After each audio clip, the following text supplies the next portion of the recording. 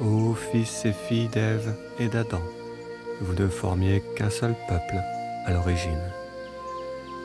Nous sommes le peuple du livre A'el al-Kitab. Nous sommes des enfants de Noé qui partagent ce monde avec les enfants de Caïn. Nous croyons en un seul Dieu et nous reconnaissons équitablement les 7 grandes religions de vérité. Elles sont, à nos yeux, les 7 couleurs d'un seul et même arc-en-ciel qui unit le ciel à la terre. Cet arc, c'est le signe de l'alliance que Moïse a promis aux enfants de Noé. Les enfants de Caïn, dans leur néfaste insouciance, guident l'humanité vers l'autodestruction. Nul besoin d'être devin pour l'anticiper, ni besoin d'être prophète pour l'entendre. Aux temps immémoriaux vint le déluge. Demain arrivera la grande sécheresse. Laisserons-nous alors les enfants de Caïn détruire la seule trace de vie avérée dans l'univers? Laisserons-nous transformer cet havre de vie en un immense désert étouffant et brûlant? Laisserons-nous nos ancêtres et nos descendants se consumer pour l'éternité dans un enfer de feu et de vent? Je ne suis ni prophète ni devin, je ne suis ni poète ni magicien. Je suis seulement un humain qui est de plus en plus inquiet par l'avenir. Et si j'écris, c'est pour partager avec vous l'intuition que cela a plantée dans la tête de ses méritants. Sans avoir besoin d'en discuter, chacun arrive par la sainte introspection aux mêmes conclusions. Nul besoin de technologie ou d'accord mondial pour sauver notre terre. Nul besoin des riches et des puissants pour l'accomplir. Nul besoin des politiciens et des militaires pour y parvenir. C'est tout simplement en plantant des arbres que les enfants de Noé bâtiront l'arche d'Éden qui sauvera la vie sur la terre. Car avec les arbres reviennent la pluie qui redonne la vie aux terres desséchées. Oh, combien est douce la fraîcheur des forêts en plein été. Oh, combien est apaisante l'odeur d'une forêt au printemps. Avec les arbres, c'est la terre qui se tapit de vert.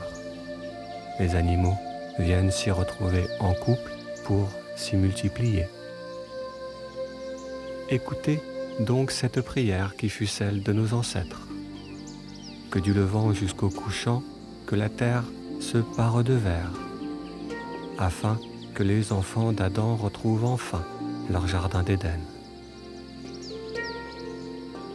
Le meilleur endroit sur cette terre pour avoir un effet déterminant contre la sécheresse se trouve être le Moyen-Orient. C'est sur cette terre originelle qu'elle fera son grand retour. L'arche d'Éden s'étend de la pointe de la péninsule arabique jusqu'au cèdre du Liban. Et quand cette arche sera reconstruite, alors son exemple sera imité par les habitants de la terre. Alors, le périple de l'arche d'Éden commencera. Sa navigation autour du globe répandra derrière elle la paix divine retrouvée entre la vie humaine, végétale et animale. Nul besoin des riches et des puissants pour y parvenir. Nul besoin des politiciens ou des militaires pour faire la paix. Dieu seul nous suffit. Il est notre protecteur et notre guide. Et nul besoin de règles compliquées ou de perdre son temps à palabrer, car son plan a déjà prouvé par le passé qu'il est notre salut. Seule la paix des croyants nous semble juste. Nous ne croyons plus à la paix des riches ou des puissants. Nous ne croyons plus en la paix des militaires ou des politiciens. Nous ne croyons plus en la paix des habiles et des intelligents. Car quand les croyants feront ensemble la paix avec la terre.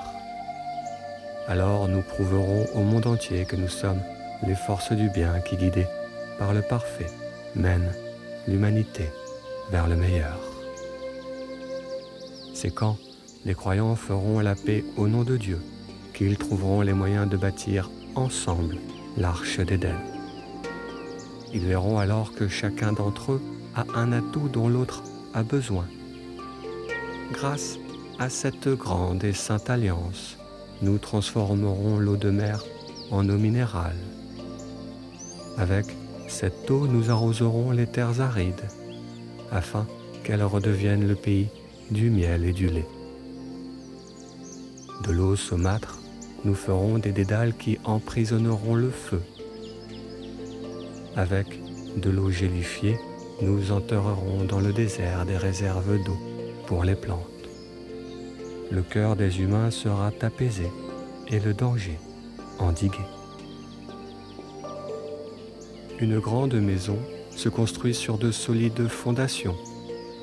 Un voyage de 1000 lieues commence par un premier pas. La graine qui tombe dans la bonne terre produit de grandes tiges dans lesquelles les oiseaux du ciel trouvent un refuge. Le plus difficile sera de se mettre en mouvement. Mais pour les croyants qui ont la foi des véridiques, rien n'est impossible. Les enfants de Caïn se moqueront de nous. Ils diront qu'il est trop tard, que nous perdons notre temps, que tout cela est inutile. Ce sont eux les sauveurs. Ah, vraiment savent-ils tellement mieux? Ils nous ont emmenés au bord du précipice et croyez-vous maintenant qu'ils veulent nous en éloigner? Avec eux, tout est compliqué alors qu'en vérité tout est simple, tout est un, tout est cela. Et si les manipulateurs rendent les choses si compliquées, c'est pour mieux garder le contrôle et le pouvoir.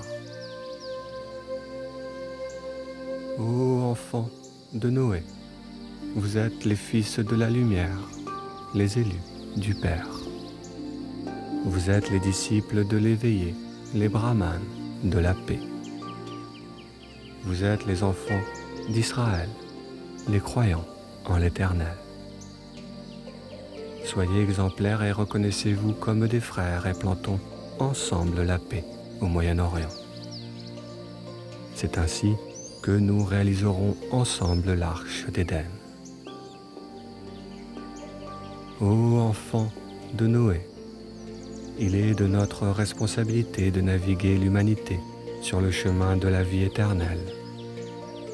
N'attendons personne, car seul le Très-Haut nous attend. Notre action commune faite au nom de l'intérêt le plus élevé, faite au nom du Très miséricordieux, sera la gloire et le salut de cette génération. Ô enfants de Noé, soyons humbles et vigilants, chuchotons la destinée dans les oreilles de nos proches et crions l'avenir sur tous les toits. Battons le tambour du rappel et soufflons dans les trompettes de la renommée. Que les fils des ténèbres se bouchent les oreilles et retournent à l'ombre. Pour la paix et le partage, nous sommes le rassemblement des croyants. La solution que nous proposons avait déjà été annoncée par Isaïe et Jérémie. C'est une solution sage, simple, sûre et sainte. Et c'est pour cette raison-là qu'il est notre destinée.